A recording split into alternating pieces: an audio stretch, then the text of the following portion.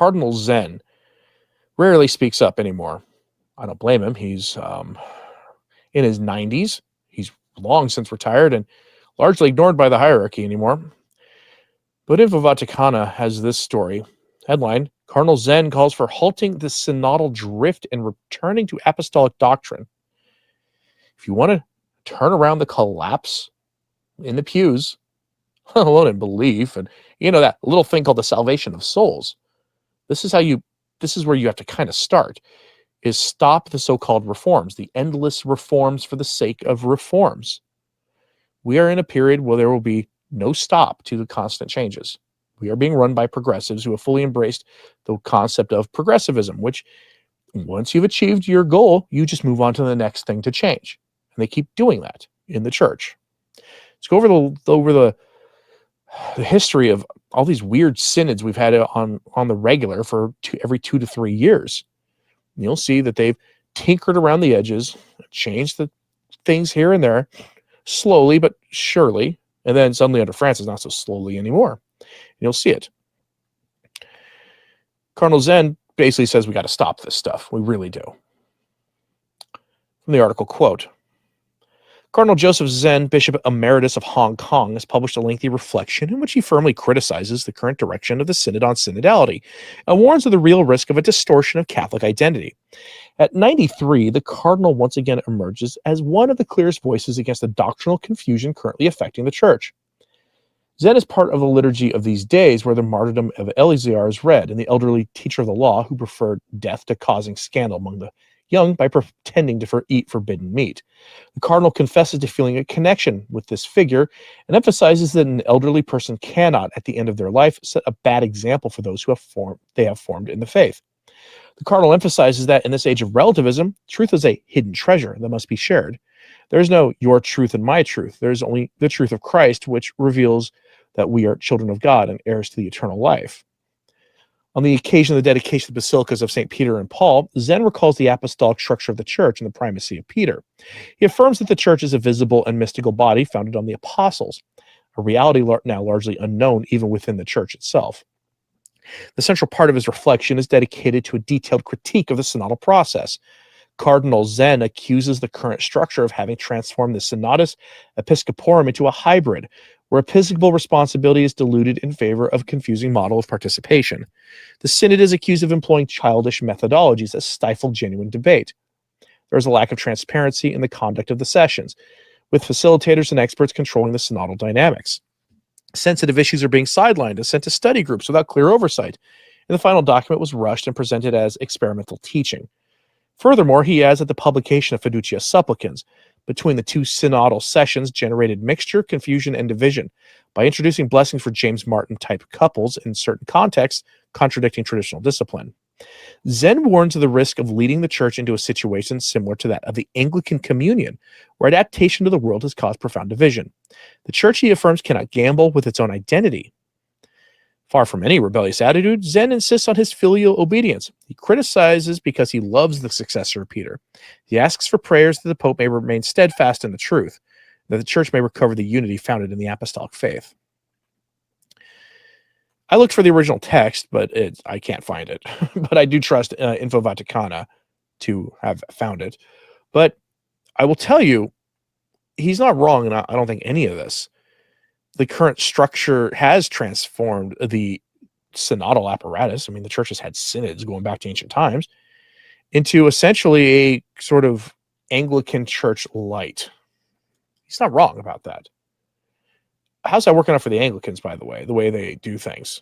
The Anglican Communion, you can't use the word communion anymore to describe them.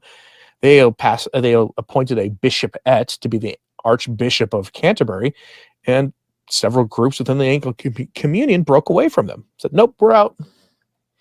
And thus destroyed also any illusion that the Anglican Communion has valid sacraments. Any illusion.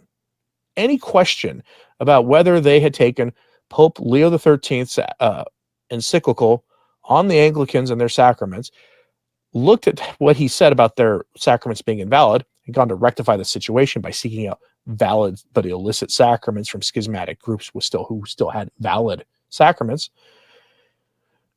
thus making their sacraments valid. That's all gone.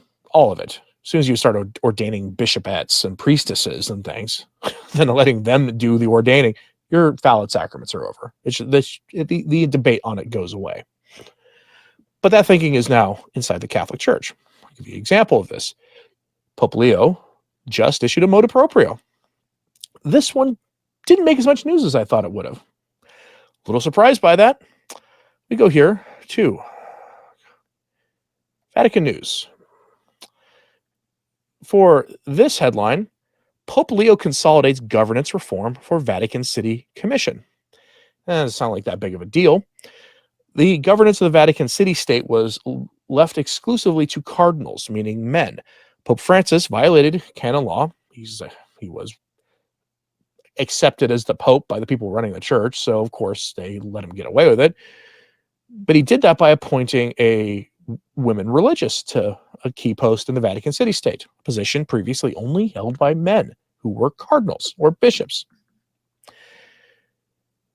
Well, Pope Leo has changed canon law to make that now a possibility moving forward, because as he himself said on the 8th of May, when he stood up on the loggia, he declared to the church and the world that he was continuing the work of Pope Francis in the church, his reforms.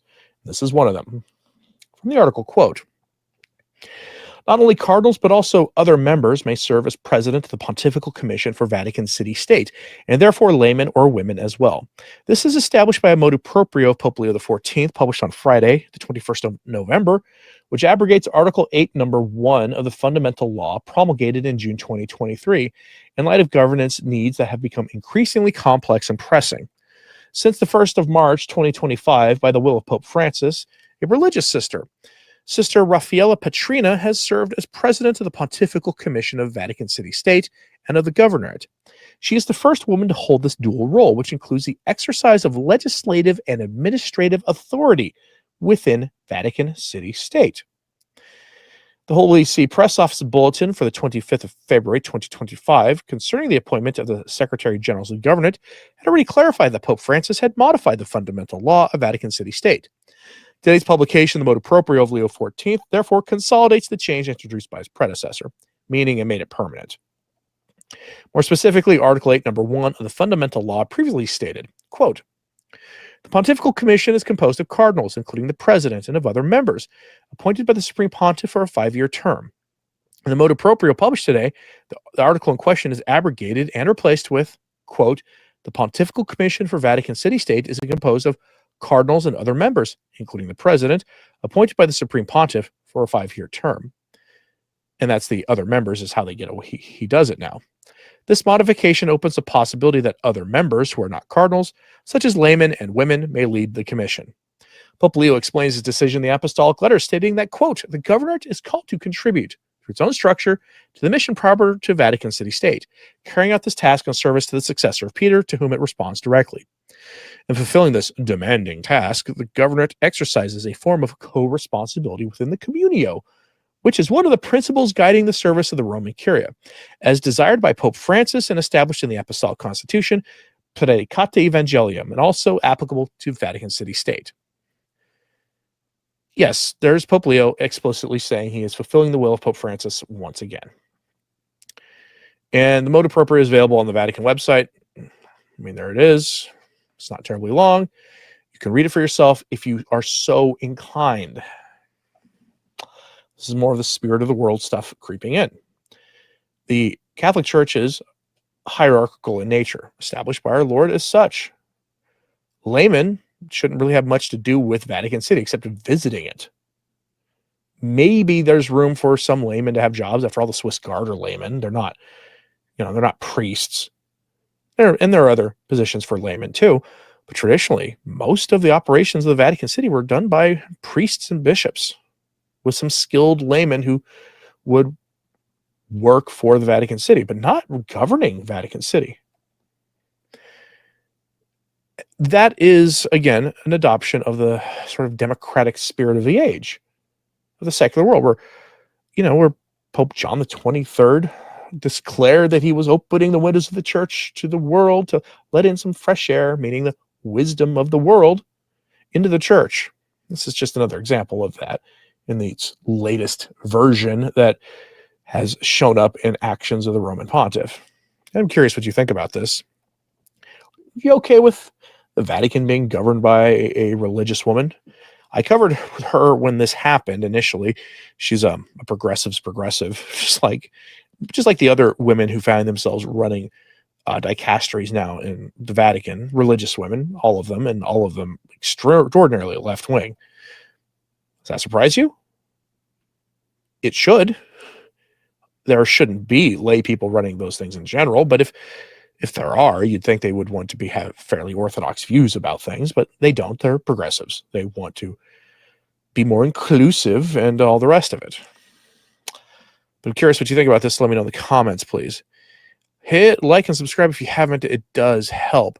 Sharing this on social media helps a lot too. Would remember that we are heading now towards not only the Thanksgiving holiday in the United States, but also as a general thing, we are heading to Advent. And as such, we should be praying for, doing acts of penance and reparation for things we see going on in the church today. Don't just complain about them. Pray for those in their conversion who are behind these things, who have done these things. Shawnee with a super chat, appreciate it. They'll never change church teaching. They know not to, but they'll contradict everything pastorally. That is their modus operandi of them. Sat in Amors Laetitia, sat in Fiducia Supplicans. They may have even gotten the idea, honestly, from Summorum Pontificum, where Benedict said, strictly speaking, the traditional mass was never abrogated. You can't abrogate it. Maybe they took their idea from there and said, well, we won't abrogate the traditional mass. We'll just make it impossible to get to one. In the same way that they said, well, Amors Laetitia says X, Y, and Z about divorced and remarried couples receiving communion and other similar topics, and we'll reaffirm those teachings and we'll just suppress them through pastoral action. And then, of course, Fiducia Supplicans did the same stuff for James Martin's favorite group of people. As Evelyn says, the pastorality is a new term coming out of the Vatican. Synodality needs help. Well, pastorality is the action arm of synodality. So, yes. But as a general rule, let me know what you think about this in the comments, please. So like and subscribe again if you haven't. It does help. Sharing this on social media helps a lot, too. As always, pray for the church. I'm Anthony Stine. Ave Maria.